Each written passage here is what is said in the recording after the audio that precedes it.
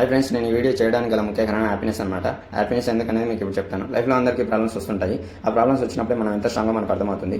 అలాంటప్పుడే మన పక్కన ఎవరున్నారో కూడా మనకు అర్థమవుతుంది.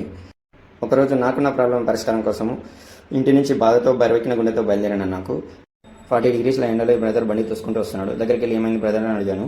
పెట్రోల్ అయిపోయింది అన్నాడు. చుట్టుపక్కల చూస్తాను, ఎలాంటి బాటిల్ దొరకలేదు. సరేలే ఇక 2 కిలోమీటర్స్ కానీ బండి తిప్పాను. బండి ఎక్కని బ్రదర్, నేను తోస్తానని చెప్పాను. తను కూర్చున్నాడు. ఇక్కడ డౌన్లోడ్ కాబట్టి అదే వెళ్తుంది. మళ్ళీ మీరు అడగవద్దు డౌట్, మీరు తోయడం లేదు కదా ఎలా అని.